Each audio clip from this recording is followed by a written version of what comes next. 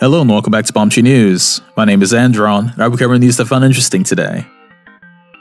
Capcom announced a flurry of updates for Monster Hunter World, including a brand new expansion. The new expansion will be named Iceborne and will include new quest ranks, locations to explore, monsters, moves and gear, as well as an all-new story that continues from where the core game left off. To accompany this announcement, Capcom released a trailer which, honestly, didn't show much outside of a nice new logo. Iceborne is set to launch in autumn of 2019, but that isn't the only new content coming to Monster Hunter World. Early next year, Geralt of Rivia will make his debut in the Witcher 3 collaboration event. This trailer was a bit more insightful as it shows Geralt finding himself thrust into the world of MHW due to some portal magic. The press release indicates that his crossover will feature some more unique Witcher-inspired gameplay, like how the Final Fantasy XIV crossover provided a very unique way to hunt Behemoth.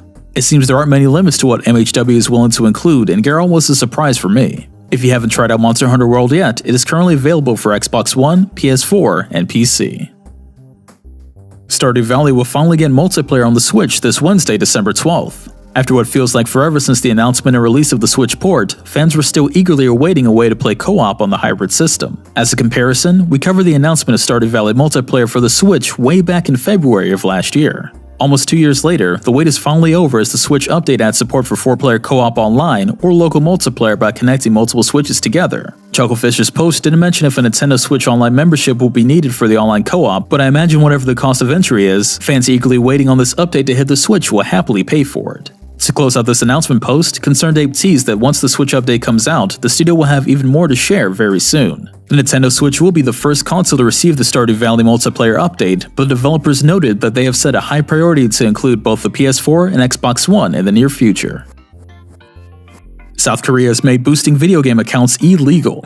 According to Korean news site Inven and translated by .esports.com, the National Assembly has approved a change to the Game Industry Promotions Act that makes account boosting punishable by law. If you're not familiar with account boosting, it's the act of paying a higher skilled player to win matches or grind out super rare items. While not as impactful when it comes to some types of games like MMOs, competitive games that rely on skill to balance out gameplay for everyone can be ruined when multiple users pay pro players to boost them to ranks far above their actual skill level. In South Korea, boosting has become a lucrative business as companies have even been established that offer higher ranks in games such as Dota 2, League of Legends, and Overwatch. South Korea takes its esports seriously, and as such, the punishment for being caught boosting is sizable as well. Once enforced, if a player is found guilty of boosting, they'll be met with a suspended 2-year prison sentence and a fine of 20 million won, or around $18,000 US. With esports becoming more mainstream and popular as we move into 2019, I expect to see not only South Korea but other nations adopting more legal measures such as this. When it comes to competitive gaming, this is definitely a good thing.